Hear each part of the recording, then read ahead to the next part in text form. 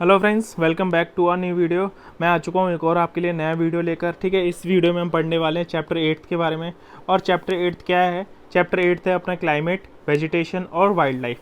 Climate का मतलब यहाँ पर हम पढ़ने वाले हैं सर्दी गर्मी के बारे में, ठीक है, बरसात के बारे में। वेजिटेशन में हम पढ़ने वाले हैं प्लांट्स के बारे में, क्रॉप्स के बारे में, इन सब चीज़ों के बारे में। वाइल्ड लाइफ यानी कि एनिमल्स, बर्ड्स, रेप्टाइल्स, इन सब चीज़ों के बारे में हम डिटेल में पढ़ने वाले हैं। ठीक है, तो वीडियो को शुरू करने से पहले कुछ चीज़ें मैं आपके लिए बता देता हूँ। इस वीडियो के एंड में आपके लिए एक सरप्राइज़ वेट कर रहा है, तो इस वीडियो को पूरा देखिएगा, वीडियो स्किप मत करिएगा।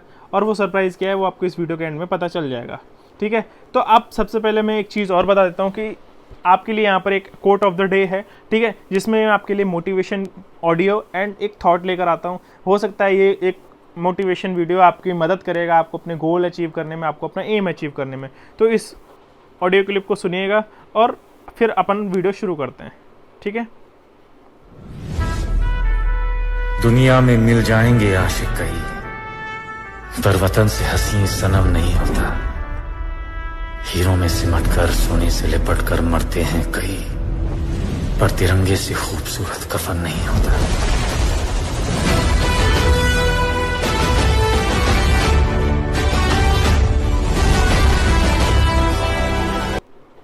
तो गाइज़ मैं बस इस ऑडियो या इस मोटिवेशन कोट या फिर इस कोट ऑफ द डे से मैं बस आपको यही कहना चाह रहा हूँ कि देखो, हमारा सबका सपना होता है कि हम हमारे देश के लिए काम आए। चाहे वो कई ऐसे एस्पिरेंट्स होंगे जो आर्मी में जाना चाहते हैं या फिर कई सिविल सर्विसेज में जाना चाहते हैं, बट इन द एंड हम सबका एक ही मोटो होता है कि इस देश के लिए सेवा करना, और इस देश की सेवा करते करते इसी पर शहीद हो जाना, इसी पर अपने प्राण को निछावर कर देना। और जो हमारी जो बॉडी है वो नेशनल फ्लैग यानी कि हमारे झंडे यानी हमारे तिरंगे में लपेट कर ही आए और एक सल्यूट मिले। ठीक है, तो ये सारे हम सभी एस्पिरेंट्स के सपना होता है, ठीक है, जिसके लिए हम ये सारी मेहनत, ये सारी चीज़ें कर रहे हैं। तो एक कोट आपके लिए और है, मुझे इश्क है दिल में धड़कती सिविल सर्विस एग्ज़ाम के जुनून से, मुझे इश्क है अपनी झलकती यूपीएससी के जिक्र से, मुझे इश्क है अपने दर्पण में दिखते हुए एक आईएएस के शख्स से। तो स्पेशली ये आईएएस एस्पिरेंट्स के लिए कोट था। ठीक है, अब वीडियो शुरू करते हैं। वीडियो में देखो, सबसे पहले यहाँ पर बात की गई है कि जैसा कि आपने न्यूज़पेपर में पढ़ा होगा या टीवी पर सुना होगा या बहुत सारी जगह पर सुना होगा वेदर के बारे में, मौसम के बारे में। ठीक है, कि आज यहाँ पर मौसम ख़राब है, वहाँ पर मौसम ख़राब है। देखो, वेदर जनरली मैं आपको एक चीज़ बताता हूँ, वेदर और क्लाइमेट वेदर सेम वर्ड होते हैं। सेम का मतलब उन दोनों वर्ड्स का मतलब मौसम के बारे में ही बताया गया है, लेकिन एक डिफरेंस ये आ जाता है कि वेदर की अगर बात करते हैं तो वेदर शॉर्ट ड्यूरेशन होता है, यानी कि ईच एंड एवरी आवर्स में मौसम चेंज होता रहता है। यानी कि अगर सुबह आप देखते हो कि मौसम ठंडा है, दोपहर में 12 बजे आप देखते हो कि धूप हो जाती है, शाम को एक मॉडरेट मौसम रहता है, फिर रात को और ठंडा हो जाता है।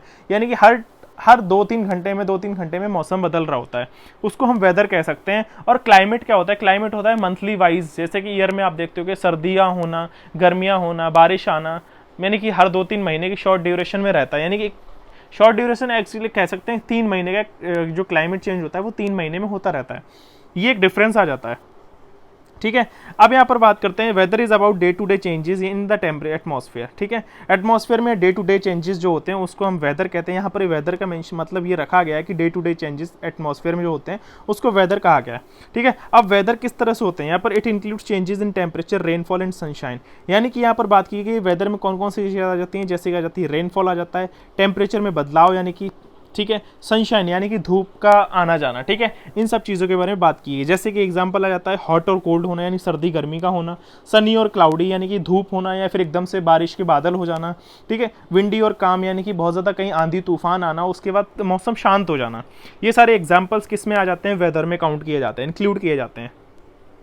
You must have notice that when it is not continuously for several days. अगर आप ये देखते हो कि ये सारी चीज़ें When it is hot continue, यानी अगर आप मान लो गर्मियाँ चल रही हैं, ठीक है, अगर कुछ लंबे समय तक गर्मियाँ रहती हैं तो कहीं ना कहीं आपको ठंडा खाने की ज़रूरत पड़ती है, आपको गर्म कपड़ों की ज़रूरत नहीं पड़ती है। ठीक है, ये और उसी के कॉन्ट्रास्ट में अगर देखा जाए तो अगर सर्दियाँ होती हैं तो आपको गर्म कपड़ों की ज़रूरत ऑब्वियसली पड़ती है। ठीक है, तो वहाँ पर आपको कुछ ना कुछ गर्म खाने को चाहिए होता है। तो इस तरह से ये मौसम के बारे में या वेदर के बारे में बताया गया है बेसिक टर्म्स में। ठीक है, अब वेदर 4 हिस्सों में डिवाइड किया गया है। बेसिकली 6 तरीके से होता है, हर 2 महीने में मौसम बदलता है। लेकिन यहाँ पर अगर थ्योरेटिकल देखें या फिर साइंटिफिकली देखा जाए तो 4 हिस्सों में डिवाइड किया गया है। जैसे कि कोल्ड मौसम यानी कि सर्दियों का जो ड्यूरेशन होता है, विंटर रहती है 3 महीने, दिसंबर, जनवरी एंड फरवरी। गर्मियाँ रहती हैं मार्च अप्रैल मई, यानी कि 3 महीने रहती हैं। फिर आता है साउथ मानसून सीजन, यानी कि रेनी, यानी कि बारिश का मौसम। बारिश रहती है जून जुलाई अगस्त एंड सितंबर, 4 महीने रहता है। और season of retreating monsoon, retreating monsoon यानी ऑटम लिखा है। ऑटम का मतलब यहाँ पर ये है कि गर्मियों के जाना और सर्दियों का स्टार्ट होना, इन दोनों के बीच का जो मौसम होता है ना, जो ड्यूरेशन होती है, जो टाइम होता है ना, टाइम पीरियड, उसको कहा जाता है ऑटम पीरियड। और ये रहता है अक्टूबर से लेकर नवंबर तक, यानी कि अक्टूबर एंड नवंबर, यानी 2 महीने। ठीक है, तो यहाँ पर ये मौसम को डिवाइड किया गया है।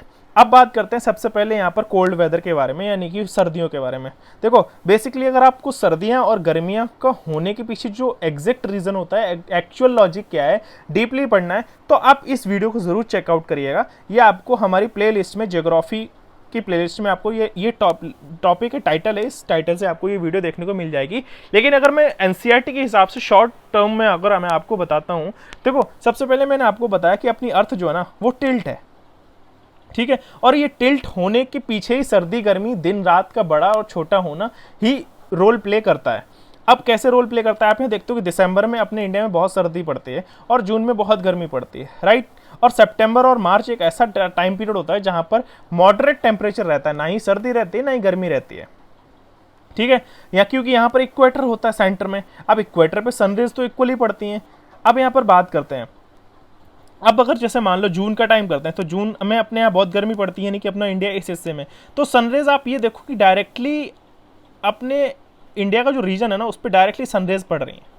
ठीक है, अब यही अर्थ जब इस तरह से यहाँ रोटेट होती है ना, तो अपना इंडिया इधर था। अब आप इस मैप के अकॉर्डिंग अगर आप देखते हो तो सनरेज का हिस्सा देखो आधा है ये, और यही रोटेट होता है तो इधर देखो अंधेरा हो जाता है। मतलब सनरेज ये वाला जो पार्ट है अपना वो इधर हो गया, यानी सनरेज इस पर पड़ रही हैं तो इधर अपने सर्दियां पड़ने लग जाती हैं, डायरेक्ट सनरेज नहीं पहुंचती हैं। तो यही एक मेजर रीज़न रहता है सर्दियों में, दिसंबर में अपने जो हिस्सा होता है वहाँ उस टाइम अपने इंडिया में सर्दी पड़ती है और जून की तरफ गर्मी पड़ती है। तो यही सारी चीज़ें रहती हैं। ठीक है, अब यहाँ पर लिखा है during the winter season the sun rays do not fall directly in the region, यानी कि मैंने आपको बताया कि डायरेक्टली जो सनरेज है ना वो अपने रीजन, इंडिया का जो रीजन है वहाँ पर नहीं पड़ती है, जिस वजह से टेम्परेचर क्वाइट लो हो जाता है नॉर्दर्न इंडिया में। ठीक है, अब हॉट वेदर की अगर बात करते हैं, हॉट वेदर के पीछे क्या होता है, sun rays more or less directly fall in this region, temperature becomes very high, hot and dry winds called loo, यानी कि लू चलना भी शुरू हो जाती है, जिस वजह से गर्मी डे बाई डे बढ़ती है। तो ये रीजन होता है सर्दी और गर्मी का होना।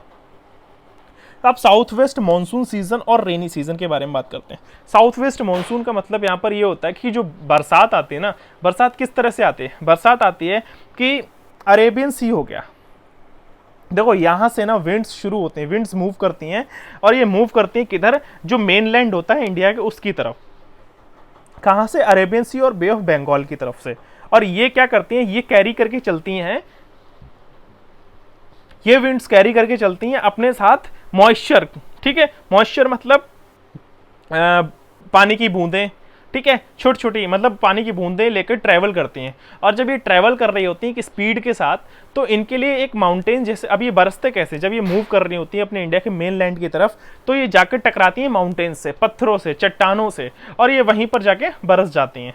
ठीक है, यहाँ पर लिखा है the season is mark by the onset and advance of monsoon, the wind flows from Arabian sea and bay of Bengal towards the land. मैंने आपको बताया, ठीक है, they carry moisture with them, यानी कि जो अपने साथ ट्रैवल करती हैं किसको, मॉइस्चर को लेकर, और ये स्ट्राइक करती है किससे, माउंटेन से, चट्टानों से, सॉलिड से, और वहीं पर फिर ये जाकर बरस जाती हैं।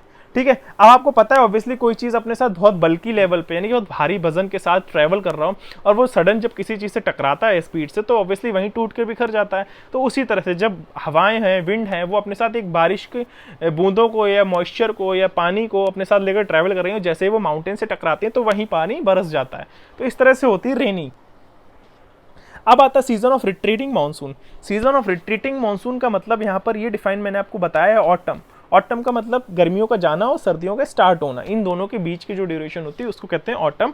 और रिट्रीटिंग मानसून का मतलब होता है बरसात का जाना, यानी कि बरसात का जाना मतलब कि जो विंड्स मूव हुई है ना वे ऑफ बंगाल और अरेबियन सी से मेनलैंड की तरफ, वही विंड्स वापस आती हैं, किसकी तरफ आती हैं, बे ऑफ बंगाल की तरफ मूव करती हैं वापस। ठीक है, यहाँ पर लिखा है winds move back from mainland to the bay of Bengal, this is the season of retreating monsoon. अब southern part of India particularly Tamil Nadu और Andhra Pradesh receive rainfall in the monsoon. और वो जब वो सारी विंड्स जब मूव कर रही होती है बे ऑफ बंगाल की तरफ, तो उसी ड्यूरेशन में जो अपना जो तमिलनाडु है ना और आंध्र प्रदेश वो सबसे ज़्यादा रेनफॉल रिसीव करता है, बहुत ज़्यादा बारिश होती है वहाँ पर, ठीक है। However the climates is about the average weather condition which have been measured over many years. यहाँ पर सिंपल सी बात बताइए, क्लाइमेट एक ऐसी एवरेज वेदर कंडीशन है जिसको बहुत सालों से मेजर करके, बहुत सालों से ऑब्जर्व करके इस चीज़ को, इन मौसम की जानकारी को बनाया गया है, ठीक है। The climate of India is broadly been described in the monsoon type. Monsoon is taken from the Arabic word. अब ये मानसून जो वर्ड है वो अरेबिक वर्ड से लिया गया है, मौसम, जिसका मतलब होता है सीजन, यानी सीजन मतलब मौसम, ठीक है। Due to India's location on the tropical region most of the rain is brought by the monsoon winds. India में रेन का होने का मतलब सिर्फ यही है कि वो ब्रॉड कहाँ से आती है, मानसून विंड से आती हैं। और agriculture in India depend on rains, यानी कि भारत देश का जो खेती बाड़ी है, जो क्रॉप्स हैं, जो हर्ब्स हैं, जो वेजिटेशन है, वो सब किस पर डिपेंड है, वो डिपेंड है किस पर, बारिश के ऊपर। और ये अगर अच्छी बारिश होती है, अच्छा मानसून रहता है, तो इससे क्या होता है, हमारी क्रॉप्स बहुत अच्छे से ग्रो करती हैं और हमें खाने पीने को चीज़ें मिलती हैं, गेहूँ, अनाज, ये सारी चीज़ें, ठीक है। अब यहाँ पर बात की गई, the climate of a place is affected by its location, altitude, distance from the sea and relief. अब क्लाइमेट क्या है, सर्दी गर्मी, कि कौन से हिस्से में सर्दी ज़्यादा है, कौन से हिस्से में गर्मी ज़्यादा है, कहाँ पर बारिश ज़्यादा हो रही है, ये सारी चीज़ों अपने देश में आप देखते हो कि मुंबई साइड जो आ जाता है वहाँ पर मॉडरेट मौसम रहता है। राजस्थान की बात करते हैं तो बहुत गर्मी रहती है, साउथ की तरफ देखते हैं तो बारिश बहुत ज़्यादा रहती है, जम्मू कश्मीर की तरफ देखते हैं तो सर्दी बहुत ज़्यादा रहती है। तो हर जगह पर आप देखते हो कि मौसम अलग अलग देखने को मिलता है। अब वो अलग अलग मौसम देखने होने के पीछे जो कारण होता है वो सारी चीज़ें डिपेंड करती हैं किस पर, उस जगह की लोकेशन पर। वो लोकेशन कहाँ की है, वहाँ की वो उस जगह की ऊंचाई या गहराई कितनी है, ठीक है, और वो ओशियन से डिस्टेंस पे कितनी है। यानी कि ओशियन मतलब ओशियन जैसे Arabian sea, bay of Bengal, या फिर आप इंडियन ओशियन, इनसे जो है ना दूरी कितनी है, उन स्टेट्स की, उन या फिर उन कॉन्टिनेंट्स की। फिलहाल अपन इंडिया की बात करें तो उन स्टेट्स की मैं बात करूंगा कि अब जैसे कि मान लो यहाँ पर लिखा है कि Jaisalmer and Bikaner in the desert of Rajasthan are very hot.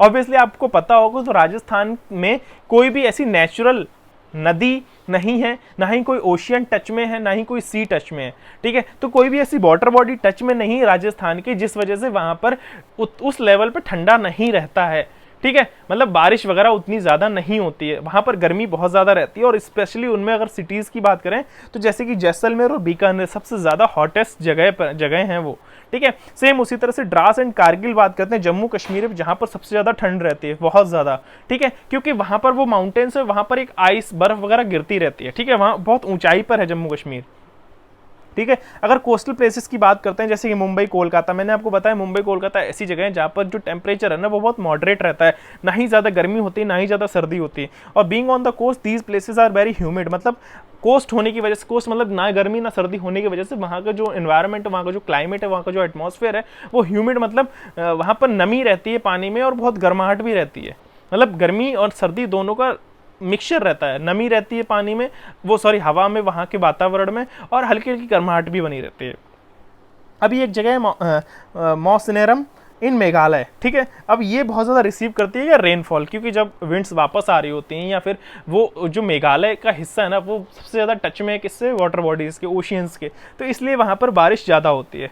और देखो बारिश होने के पीछे अगर किसी ओशियन या सी के पास कोई भी स्टेट है ना, तो उसके पीछे देखो एक रीज़न होता है, आप ये देखते हो कि high pressure low pressure, winds move करती हैं किससे, हाई प्रेशर से लो प्रेशर की तरफ। तो दिन में मतलब ये सारा जो ओशियन है वहाँ पर टेम्परेचर और प्रेशर के ऊपर डिपेंड करता है, ठीक है। While in a particular year it might not rain at all in Jaisalmer in Rajasthan. और एक ऐसा कोई टाइम पीरियड होता है जहाँ पर जैसलमेर में और राजस्थान में जो जैसलमेर है वहाँ पर एक ऐसा टाइम पीरियड भी आता है जहाँ पर सिंगल बारिश का एक बूंद भी नहीं गिरती है, ठीक है। अब आगे चलते हैं रिट्रीटिंग मानसून। रिट्रीटिंग मानसून की कुछ और टर्म्स हैं। With retreat of monsoon the clouds disappear and the sky becomes clear. मैंने आपको बताया जब वो विंड्स वापस आ रही होती हैं किधर, बे ऑफ बंगाल की तरफ, मेन लैंड से, तो उसके बाद क्या होता है जहाँ से वो वापस मूव करती हैं तो वहाँ पर मौसम साफ हो जाता है, जो क्लाउड्स होते हैं वो डिसअपीयर हो जाते हैं और आसमान एकदम साफ हो जाता है।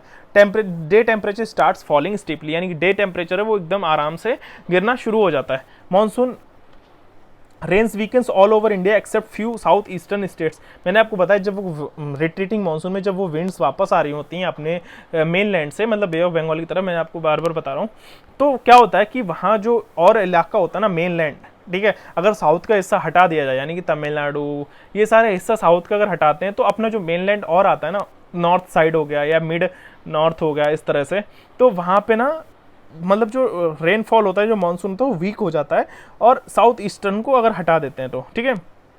Monsoon trove weakness and gradually shift southward, और ये मानसून और जगह पर वीक होके और ये ग्रेजुअली किधर मूव हो जाता है, शिफ्ट हो जाता है साउथ की तरफ, ठीक है। Most severe and devastating tropical cyclones originate in the Indian seas specially in the bay of Bengal due to retreating monsoon, ठीक है।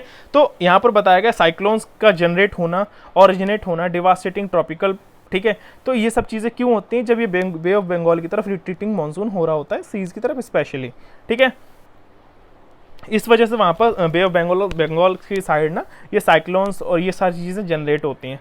Direction of winds is from north west to south east and winds flow from south surface to sea thereby carrying no moisture, ठीक है।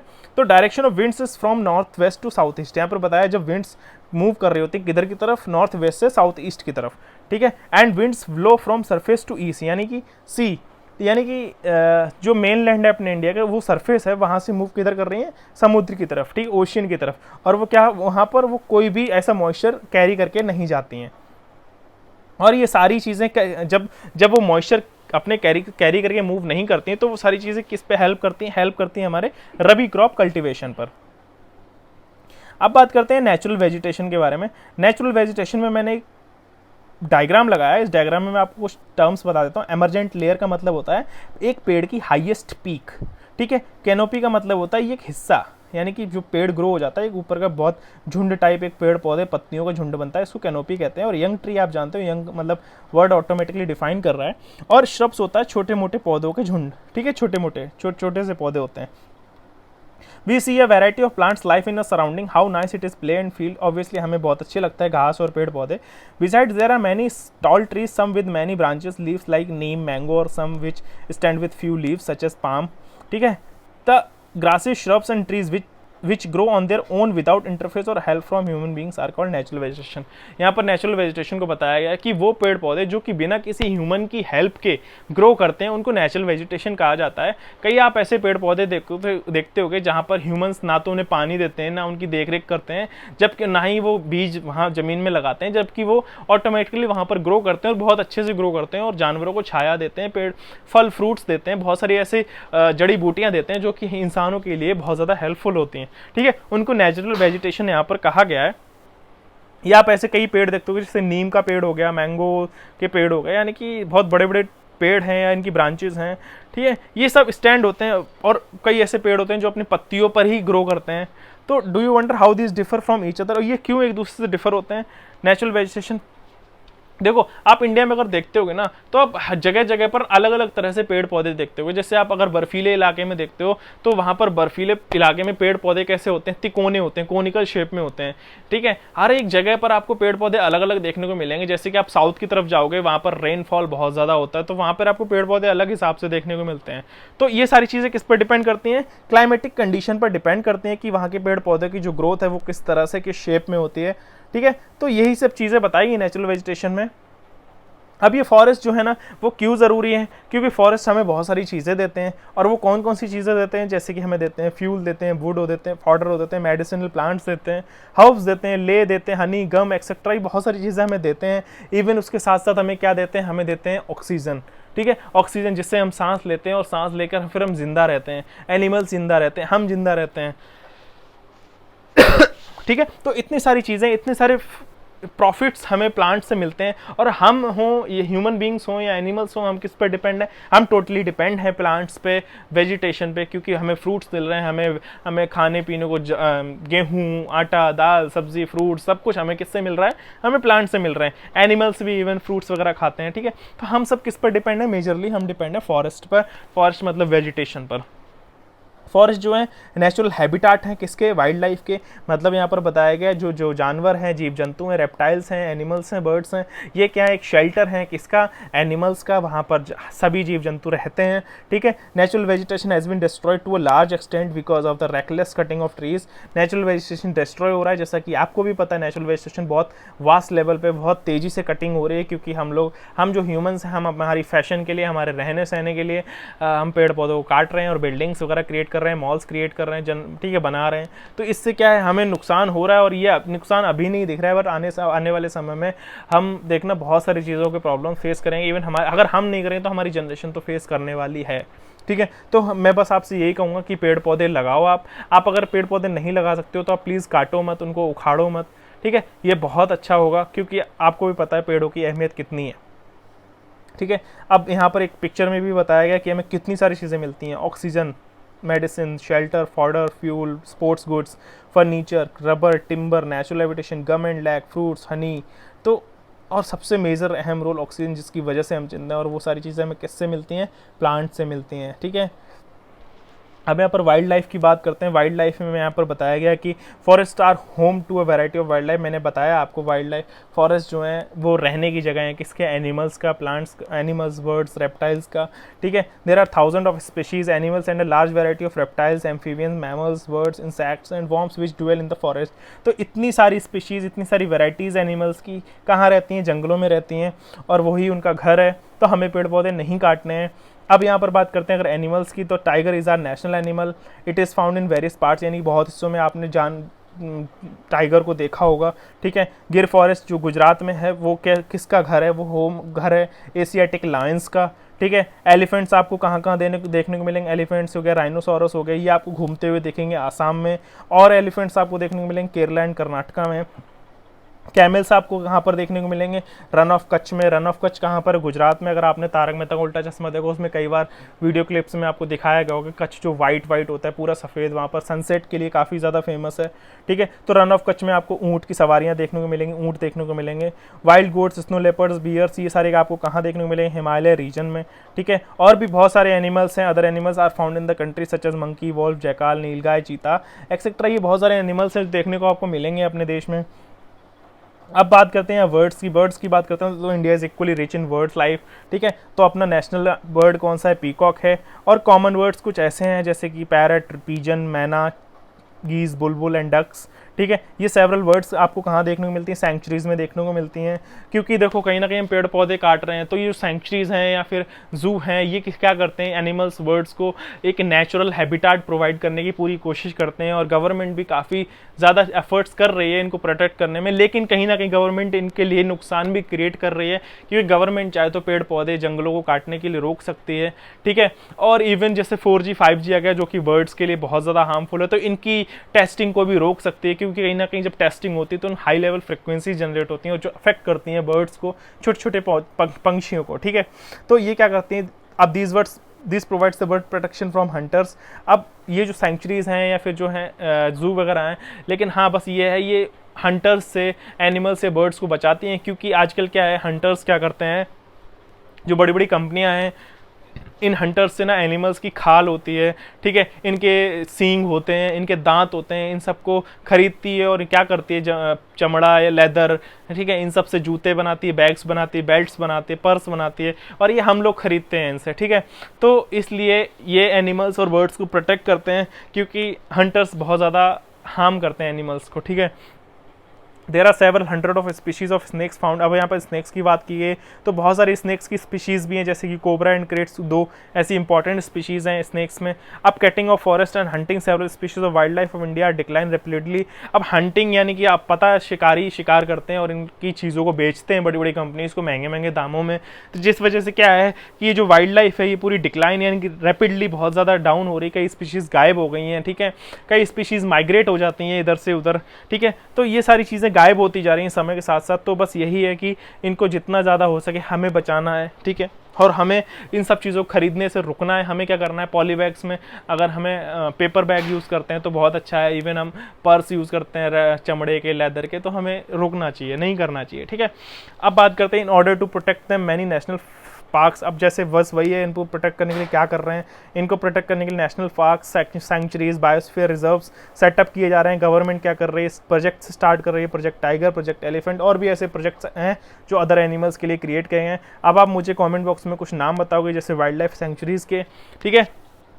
अब आप बस इन सब चीज़ों में कंट्रीब्यूट क्या कर सकते हो, कंट्रीब्यूट बस यही कर सकते हो, मैंने आपको बताया। आप इन सब चीज़ों को खरीदना बंद कर सकते हो, चमड़ा, लेदर, ये सारी चीज़ें, जिस वजह से अगर ये खरीदना बंद हो जाएंगे तो कंपनीज बंद हो जाएंगी, बनाना बंद कर देंगे, और बनाना बंद कर देंगे तो खरीदना बंद, और ये सारी एक पूरी प्रोसेस है, ये साइकिल है, वो सारी रुक जाएगी और हम कहीं ना कहीं बहुत ज़्यादा हेल्प कर पाएंगे। तो every year we observe wild life week, और हम हर साल अक्टूबर के फर्स्ट वीक में सेलिब्रेट करते हैं वाइल्ड लाइफ को, ठीक है। किस लिए सेलिब्रेट करते हैं, तो to create awareness of conserving the habitat of the animal kingdom, ठीक है। किस लिए शुरुआत करते हैं, क्योंकि हम इनको इसकी अवेयरनेस फैलाने के लिए और इसको कंजर्व करके प्रोटेक्ट करने के लिए। तो ये कुछ प्रोडक्ट न्यूज़पेपर की कटिंग्स का एक फ़ोटो है जिसमें बताया गया है कुछ चीज़ें गवर्नमेंट ने स्टार्ट करी, कुछ स्कीम्स। तो यही था आज के इस वीडियो में। मैंने आपको बताया क्लाइमेट के बारे में, सर्दी गर्मी क्यों पड़ती है, ठीक है, वेजिटेशन के बारे में बताया, स्नेक्स रेप्टाइल्स के बारे में, वाइल्ड लाइफ के बारे में, ठीक है। यही था आज के इस वीडियो में। और हाँ, लास्ट में मैं आपको एक सरप्राइज़ के बारे में बताने वाला था। वो सरप्राइज़ सिर्फ ये है कि हमारे चैनल पर एक गिव अवे चल रहा है जिसकी लास्ट डेट है 1 जनवरी 2022, ठीक है। इसमें अगर आप 1 जनवरी तक हमारे चैनल के 1000 सब्सक्राइबर जैसे ही पूरे होते हैं, एक हमारे सब्सक्राइबर को एक फास्ट ट्रैक की एक रिस्ट वॉच गिफ्ट की जाएगी, ठीक है, क्योंकि आप हमारे चैनल पे अपना सपोर्ट और प्यार दे रहे हो। तो गाइज़, मैं बस आपसे रिक्वेस्ट करूंगा कि हमारे चैनल के A1 के सब्सक्राइबर पूरे करवाइए, जल्दी जल्दी अपना प्यार दीजिए, ठीक है, सपोर्ट करिए, सो दैट हम आपके लिए और भी अच्छे अच्छे वीडियोस लेकर आते रहें, ठीक है। और प्लीज़ सब्सक्राइब करिए। अब कंडीशंस क्या है इस गिव अवे में पार्टिसिपेट करने की? कंडीशन नहीं है, एक्चुअली आपसे एक रिक्वेस्ट है, ठीक है। मैं आपसे ये नहीं कह रहा कि आपको मैं कोई हुक्म या ऑर्डर दे रहा हूँ, आपसे एक रिक्वेस्ट है कि आप प्लीज़ हमारे चैनल को अपना सपोर्ट और प्यार दीजिए, ठीक है, जिस वजह से हमारा चैनल ग्रो और मैं आपके लिए और भी मेहनत करके वीडियोस लेकर आता रहूँ, ठीक है। बस कंडीशंस कुछ नहीं है, कुछ 3 चीज़ें हैं जो कि अगर आप करते हो तो हमें भी सपोर्ट मिलेगा और हम आपको बदले में कुछ गिफ्ट या रिवॉर्ड दे पाएंगे, ठीक है। अब उसमें क्या है, आप हमारे चैनल सब्सक्राइब करिएगा इस प्लीज़, ठीक है। अपना नाम कॉमेंट करिए कॉमेंट बॉक्स में, और कोई भी वीडियो लाइक करिए, और जल्दी जल्दी हमारे 1 के सब्सक्राइबर पूरे करवाइए। मिलते हैं नेक्स्ट वीडियो में। Thank you, have a good day, bye bye.